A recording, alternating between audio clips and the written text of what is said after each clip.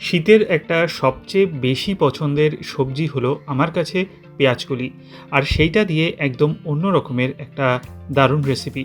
নমস্কার, কুইজিনিয়া চ্যানেলের পক্ষ থেকে সকলকে জানাই সাদর আমন্ত্রণ। আমাদের সবার চ্যানেল কুইজিনিয়াকে সাবস্ক্রাইব করে পাশে থাকা বেল বাটন আর অল আইকন প্রেস করে রাখলেই সব নতুন ভিডিও নোটিফিকেশন আপলোড হওয়া মাত্র আপনাদের কাছে পৌঁছে যাবে। শীতেই পাওয়া যায় পেঁয়াজকলি, আর পেঁয়াজকলির ভাজাতে আনুন একটু টুইস্ট। সেই রেসিপি যেটা গরম ভাত দিয়ে অথবা রুটির সাথে খেতে দারুণ লাগে। বানানো অত্যন্ত সহজ, সময় লাগে খুবই কম। আসুন দেখে নেওয়া যাক আজকের রেসিপি। সর্ষের তেল কড়াইতে গরম করে নিয়েছি। তেলটা গরম হয়ে গেলে দিয়ে দিচ্ছি দুটো মাঝারি সাইজের আলুগুলোকে আলু ভাজার মতো টুকরো করে কেটে নেওয়া রয়েছে। আলুগুলোকে দিয়ে প্রথমে আমরা 3 মিনিট সময় নিয়ে একটু হাই ফ্লেমেই ভেজে নিচ্ছি।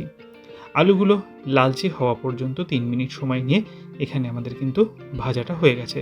দেখতেই পাচ্ছেন আলুর কালারটা লাল হয়ে গেছে। এবার এখানে দিয়ে দিচ্ছি আমরা পেঁয়াজকলি।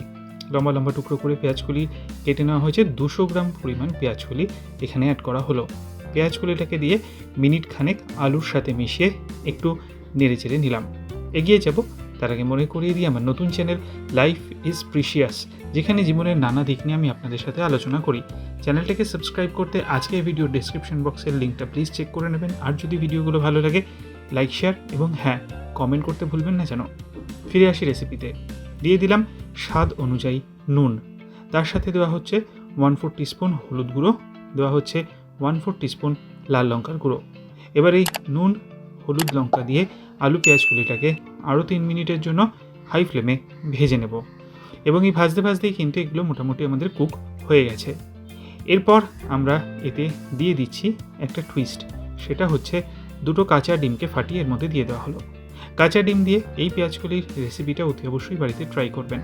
দুটো কাঁচা লঙ্কা, একটু পাকা লঙ্কা দিয়ে আমি এখানে দিয়ে দিলাম মাঝখান থেকে টুকরো করে।